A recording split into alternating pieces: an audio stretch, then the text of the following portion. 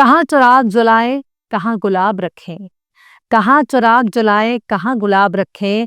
छतें तो मिलती हैं लेकिन मकान नहीं मिलता। सलाम, नमस्ते, सत श्री अकाल। मैं हूं आपके साथ हर्षिता मिश्रा और आप देख रहे हैं टाइम्स मेल।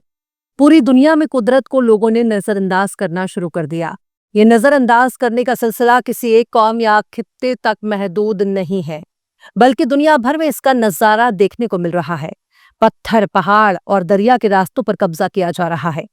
जंगलात को काट कर समतल किया जा रहा है। वहां खेती शुरू कर दी गई है, इंडस्ट्रियल हब बना दिया गया है। लेकिन नहीं भूलना चाहिए कि इस रुए जमीन पर आबाद करने वाले खालिक को मुख्तार ने इंसानों की कुछ हदूद को तय कर रखा है, और जब जब इंसान इस हद को पार करने की कोशिश करेगा तब तब कुदरत उसे उसकी हैसियत और औकात दिखाएगा। यही वजह है कि दुनिया भर में सैलाब, जलजला और बादल फटने के वाकयात नजर आ रहे हैं।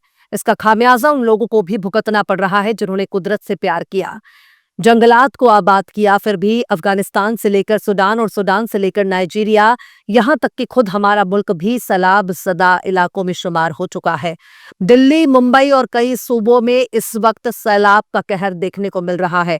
कश्मीर से लेकर उत्तराखंड और हिमालय की पहाड़ियों में जिन जिन लोगों ने कुदरत के हक पर डाका डालने की कोशिश की, जिन जिन लोगों ने नदी के रास्तों और पहाड़ों पर कब्जा करके घर, मकान, दुकान और बड़े बड़े आलीशान इमारत बनाए हैं, उनको अब कुदरत का कहर देखना पड़ रहा है।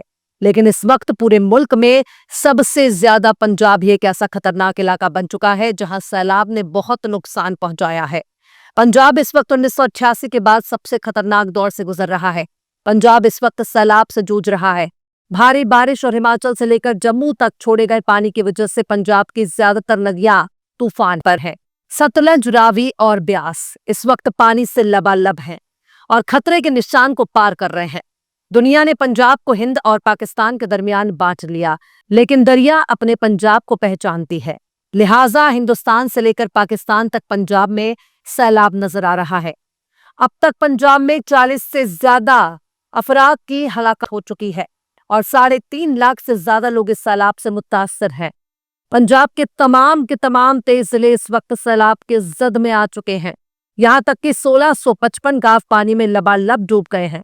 सैलाब की वजह से पंजाब में 1,48,000 हेक्टेयर से ज्यादा की खड़ी फसल तबाह हो चुकी है, जो ये बताने के लिए काफी है कि पंजाब सही मुल्क में अनाज की जरूरतें पूरी होती हैं। किसानों को अपने जानवरों का भी नुकसान सहना पड़ रहा है, क्योंकि इस सैलाब की वजह से हजारों के हजारों जानवर डूबकर मर चुके हैं। ऐसे बहुत से जानवर बहकर पाकिस्तान के पंजाब में पहुंच गए हैं। पाकिस्तान के पंजाब इलाके में भी कमोबेश यही हाल है। पंजाब के कई घर जमींदोज हो चुके हैं और जो बचे कुचे घर, मकानात हैं, वो सैलाब के पानी में बह गए। कई इलाकों में खेत इस वक्त तालाब और झील में तब्दील हो गए, जिनकी गहराई 8 से 10 फीट तक पहुंच गई है। पंजाब के गांव के नावों के सहारे लोग एक मकामात से दूसरे मकामात पर जा रहे हैं, पर अफसोस मोदी सरकार इस मामले में फसद्दी साबित हो चुकी है। लेकिन पंजाब के लोगों ने एक दूसरे का दामन नहीं छोड़ा, वो एक दूसरे की मदद कर रहे हैं। बड़ी तादाद में पंजाब के लोग एक दूसरे को मदद पहुंचा रहे हैं। पंजाब के आवाम इस वक्त अपनी पंजाबी कौम की हिफाजत के लिए एक दूसरे का साथ दे रहे हैं। खाना, पानी, दवाई, यहाँ तक कि दूध, दही भी एक दूसरे को नावों के सहारे थमा रहे हैं। किश्तियों पर सवार होकर पंजाब के लोग लंगर बांट रहे हैं, जरूरतमंदों तक खाना पहुंचा रहे हैं।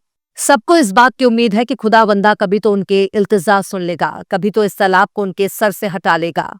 गुरदासपुर, पठानकोट, फजलका, कपूरथला, तरनतारण, फिरोजपुर, होशियारपुर और अमृतसर सबसे ज्यादा सैलाब मुतासर इलाकों में शुमार हो चुके हैं। मकामी इंतजामिया ने रिलीफ कैंप भी बनाए हैं, लेकिन बहुत से लोग अब भी अपने मवेशियों और अपने घरों की छत पर, ऊंचे प्लेटफॉर्म पर रहाइश पजीर हैं। लोग अपने मवेशियों को छोड़कर कैसे जाएं? न उनको किश्तियों पर सवार किया जाना आसान है, न उनको खेमों में रखा जा सकता है। मवेशियों के लिए खुराक भी एक बड़ी परेशानी का सबब बन चुका है। यहाँ तो जिंदा इंसानों को भी खुराक ठीक से नहीं मिल रही है। ऐसे में चौपाया के लिए चारे का इंतजाम कैसे किया जाए? पंजाब के वजीर आला भगवंत सिंह मान ने सैलाब मुतस्सर इलाकों का जायजा भी लिया और कहा है कि हुकूमत नुकसान का सर्वे कर रही है। उन्होंने यकीन दिलाया है कि जो भी सैलाब मुतस्सर कुंबा है उनको मुआवजा मिलेगा। वजीर आला ने कहा है कि जब भी मुल्क मुसीबत में आता है तब पंजाब ने साथ दिया है। आज पंजाब मुश्किल में है, मुल्क को हमारे साथ खड़ा होना चाहिए। वजीर आला का ये दर्द बताने के लिए काफी है कि मरकजी हुकूमत यानी नरेंद्र मोदी की हुकूमत ने पंजाब को बिल्कुल अकेला छोड़ दिया है। काश बिहार में भी पंजाब की तरह इलेक्शन का सीजन होता तो हमारे मोदी जी खुद को पंजाब का बेटा कह रहे होते, लेकिन पंजाब में इलेक्शन नहीं है, इसलिए हमारे परम प्रतापी विश्वगुरु अपनी जबान पर पंजाब का नाम लेना भी पसंद नहीं कर रहे।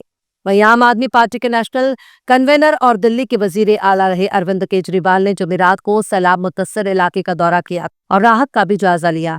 इससे पहले में दिल्ली के नायब वजीर आला रह चुके मनीष सिसोदिया ने तरन तारण में सैलाब मुतअस्सर इलाकों का दौरा किया था। वहीं राज्यसभा सांसद राघव चड्ढा ने अपने मकामी इलाके की फलाहो बहबूद के लिए अपने फंड से 3.25 करोड़ रुपए का रिलीफ पैकेज दिया है। पंजाब वो इलाका है जो अपनी तहजीब, अपने कल्चर, अपने रवायतों के लिए जाना जाता है। पंजाब भी वो इलाका है जहां उर्दू की पैदाइश हुई। आज भी पंजाबी शायरों के लिए उर्दू एक हर दिल अजीज जुबान है। पंजाब के फनकारों ने बढ़ चढ़ कर मदद की है। सोनू सूद, दलजीत सिंह दोसांझ, गिप्पी ग्रेवाल, करण उजला, एम.ए. वर्क और रंगीला बावा जैसे कलाकारों ने मदद में पंजाब के लोगों की राहत के लिए हाथ बढ़ाया है। सरकारी इदारों के साथ कई एनजीओ और सिख ऑर्गेनाइजेशन राहत और बचाव के काम में लगी हुई हैं। पंजाब के तमाम स्कूल, कॉलेज और यूनिवर्सिटी 7 सितंबर तक बंद कर दिए गए हैं। वहीं भाखड़ा डैम में पानी का लेवल 16,077 फीट से ज्यादा पहुंच चुका है, जो खतरे के निशान के बेहद करीब है। वहीं बिहार में एक अलग ही तमाशा देखा जा रहा है। बिहार में राहुल गांधी की रैली के स्टेज से एक शख्स ने वजीर आजम नरेंद्र मोदी की वालिदा के खिलाफ नाजेबा अल्फाज का इस्तेमाल कर दिया। इस गाली गलौज के खिलाफ पूरे मुल्क में बीजेपी ने कांग्रेस और इंडिया अलायंस के खिलाफ एक मुहिम चला रखी है। तमाम न्यूज चैनलों पर नरेंद्र मोदी जी की अम्मा के बारे में गाली गलौज का जिक्र किया जा रहा है। बिहार बंद का ऐलान भी किया गया, पर बिहार में बिहार बंद फुस हो गया। बीजेपी नेता ही बिहार में गुंडई करते नजर आए, गाली के खिलाफ गालीबाजी करते नजर आए। ऐसा कैसे हो सकता है कि हमारे वजीर आजम की अम्मा पूरे देश की अम्मा मानी जाएंगी और बाकी शहरियों की अम्मा का कोई वजूद ही नहीं रह जाएगा? क्योंकि मोदी जी अपनी वालिदा की बेहुरमती को मुल्क के तमाम माओ बहनों की बेहुरमती करार दे रहे हैं। पर दीदी वो दीदी, 50 लाख की गर्लफ्रेंड, कांग्रेस की विधवा जैसे अल्फाज हमारे मोदी जी के मुंह से ही सुनने को मिल चुके हैं। अभी बिहार का इलेक्शन है, इसलिए हमारे मोदी जी को बार बार बिहार की याद आ रही है। लिहाजा ये तमाशा, ये नौटंकी अभी कई दिनों तक चलती रहेगी, जब तक इलेक्शन का खात्मा ना हो जाए। बहरहाल चलते चलते आखिर में निदा फाजली ने भी क्या खूब फरमाया है, कभी किसी को मुकम्मल जहां नहीं मिलता, कभी किसी को मुकम्मल जहां नहीं मिलता, कहीं जमीन कहीं आसमान नहीं मिलता। फिलहाल इस खबर में बस इतना ही। इस पूरी खबर को शम्स तबरेज ने लिखा है, जिन्हें आप ट्विटर पर भी फॉलो कर सकते हैं। ट्विटर हैंडल है @शम्स तबरेज काजी। ये वीडियो आपको कैसा लगा कमेंट बॉक्स में जरूर इससे बताइए। वीडियो पसंद आए तो लाइक करें, शेयर करें और बेबाक, निष्पक्ष, स्वतंत्र पत्रकारिता को सपोर्ट करने के लिए आप हमारे चैनल टाइम्स मेल को जरूर से सब्सक्राइब करें और हाँ, बेल आइकन की घंटी वाली बटन आप जरूर से दबा दें ताकि आपको हमारे आने वाले नए वीडियो की नोटिफिकेशन फौरन ही मिल जाए। फिर मिलते हैं किसी और वीडियो में एक नई खबर के साथ। हर्षिता मिश्रा को दीजिए इजाजत। जय हिंद। अगर अभी तक आपने हमारे चैनल टाइम्स मेल को सब्सक्राइब नहीं किया है तो जल्दी से सब्सक्राइब कर दें और बेल आइकन भी प्रेस कर दें।